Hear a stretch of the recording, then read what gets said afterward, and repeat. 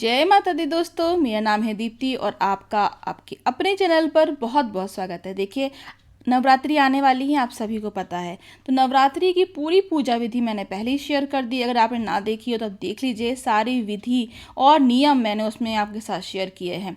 आपके मन में जितने भी क्वेश्चन होंगे उसमें आपको क्लियर हो जाएंगे, सारे क्वेश्चन के आंसर आपको मिल जाएंगे।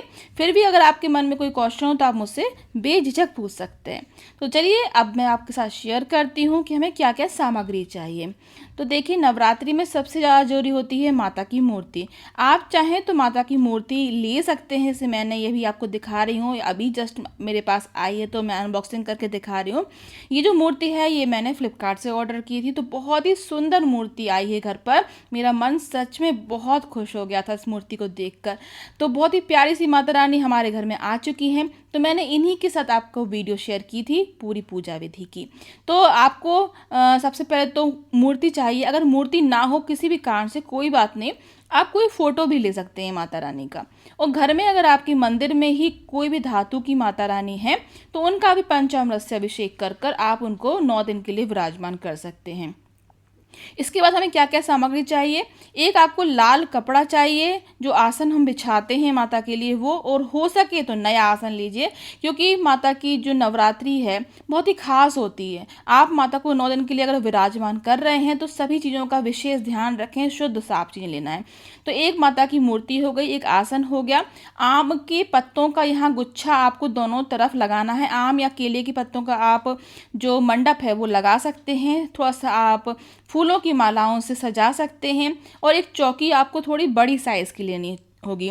चौकी हमें बड़ी साइज़ की इसलिए लेनी क्योंकि उसी में हमें जवारे भी रखने हैं, अखंड ज्योति भी रखना है, और हमारा जो कलश है उस पर हमें रखना है।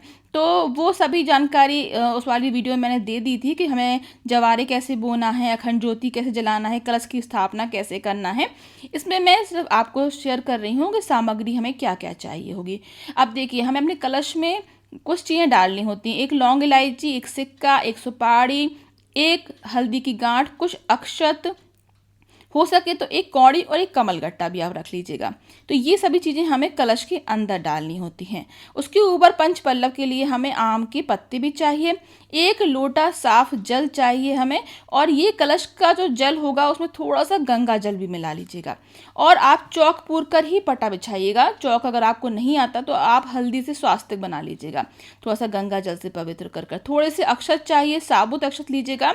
गंगा जल हमें चाहिए, गंगा जल आप चाहें तो मिलाकर रख लीजिए, तो आपका यहाँ पर एक काम हो जाएगा। एक अलग से एक और लोटा भरकर रख लीजिए, भगवान को आचमन करने के लिए, आवाहन करने के लिए बहुत सारी जगह पानी की जरूरत पड़ती है।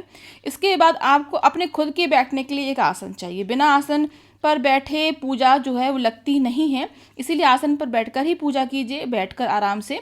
इसके बाद देखिए, इसके बाद हमें चाहिए है फल। कोई भी मौसमी फल हो आपके पास वो ले लीजिए। हो सके तो, मैं अभी दो दो फल बता रही हूँ, हो सके तो 4 या 5 तरीके के फल अर्पित कीजिएगा। शुद्ध देसी घी चाहिए हमें, क्योंकि हमें यहाँ घी की बाती भी जलानी होती है और हवन भी करना होता है। कपूर ले लेंगे, माता के लिए एक चुनरी ले लीजिए। सुहाग का सामान भी ज़रूर अर्पित कीजिएगा। सुहाग के सामान के बिना जो पूजा है वो अधूरी होती है, क्योंकि तो एक जनेऊ, कलावा, माला, एक जो हवन करने के लिए, हवन के लिए हमें चाहिए कप, और दक्षिणा, एक नारियल चाहिए, जटा वाला नारियल लीजिएगा, पानी वाला नारियल, और मौली कलावा के साथ ही एक हमें बाती चाहिए कलावा वाली। रुई वाली बाती मत जलाइएगा। इसका देखिए, यहाँ पर मैं आपको दिखा रही हूँ लौंग की माला। ये मैंने घर पर ही बनाई है, और इसको कैसे बनाया है वो विधि भी मैंने आपके साथ शेयर की थी। अगर आपने ना देखी हो तो आप सर्च कर सकते हैं लौंग की माला कैसे बनाएं, आपको यूट्यूब पर मिल जाएगी मेरी वीडियो। तो उसमें दो तरीके का मैंने बताया है कि कैसे बनाते हैं। एक तो जो भिगो कर बनाते हैं हम पानी में वो, और एक गांठ लगा लगा कर। एक बात ध्यान रखिएगा, इसमें है ना नॉट नहीं बांधी जाती। गांठ मतलब वैसी गांठ नहीं लगती है, एक अलग तरीके की गांठ लगती है जिसको खोलने पर आसानी से खुल जाती है। आप देखिए, हमने एक यहाँ पर लोटा रख लिया है छोटा सा माता की पानी पीने के लिए, और यहाँ लौंग और इलायची भी रख ली है। लौंग इलायची पूजा में भोग के साथ हमें लगानी होती है, क्योंकि बिना लौंग इलायची की भोग जो है माता स्वीकार नहीं करती है।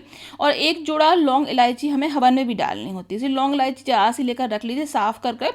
और लौंग जो है वो फूल वाली होनी चाहिए, मतलब कि जो टूटी हुई होती है वो नहीं लिया जाता है इसमें, पूजा में ध्यान रखिएगा।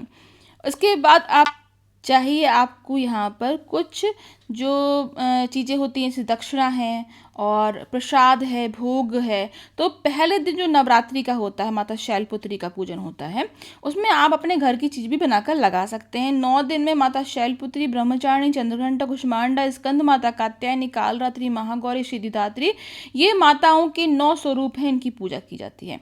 तो इसमें आप सबसे पहले प्रथम जो दिन होगा वो माता शैलपुत्री का पूजन किया जाएगा। इसके बाद आप यहाँ पर देख सकते हैं, यहाँ पर रोली, चंदन, चावल आप निकाल कर रख लीजिए। यहाँ पर आप चाहें तो सिंदूर भी अर्पित कर सकते हैं। अगर आपके पास माता का कोई विग्रह है तो उनकी नई पोशाक लेकर आइएगा। पहले दिन, 5वें दिन और 8वें दिन, अष्टमी के दिन आप पहना सकते हैं। और आप चाहें तो 9 दिन अलग अलग पोशाक पहनाइए माता को। ये सब आपकी जो पूजा होती है वो आपके भाव के ऊपर होती है।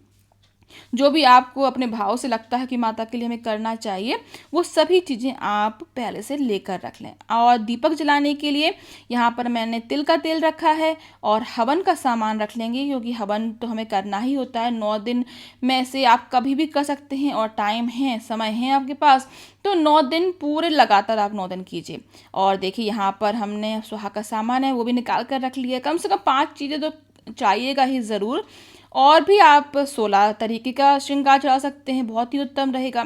और जहाँ पर भी आप अलग से किसी मंदिर में अगर पूजा करने जा रहे हैं तो वहाँ भी आप प्रसाद और 16 श्रृंगार ज़रूर अर्पित कीजिए। बस यही सब सामग्री हमें चाहिए। एक पान का पत्ता भी हमें ज़रूर रूप से चाहिए है। आप जो पान का पत्ता है वो अष्टमी के दिन भी भोग लगा सकते हैं और प्रथम दिन भी लगा सकते हैं, कभी भी लगा सकते हैं। बस पान के पत्ते का भोग ज़रूर लगाइएगा। और पान के पत्ता जो है वो डंठल वाला लीजिएगा, बिना डंठल वाले की पूजा नहीं की जाती है क्योंकि। तो बस यही हमें सभी सामग्री चाहिए। आई होप कि आपको आज का ये वीडियो अच्छा लगा होगा। अगर अच्छा लगा हो तो प्लीज़ लाइक कीजिए, शेयर कीजिए, और चैनल पर अगर पहली बार आए हैं तो सब्सक्राइब कर लीजिए। आप सभी का बहुत बहुत धन्यवाद। आप सभी को शारदीय नवरात्रि की बहुत बहुत शुभकामनाएं। जय माता दी।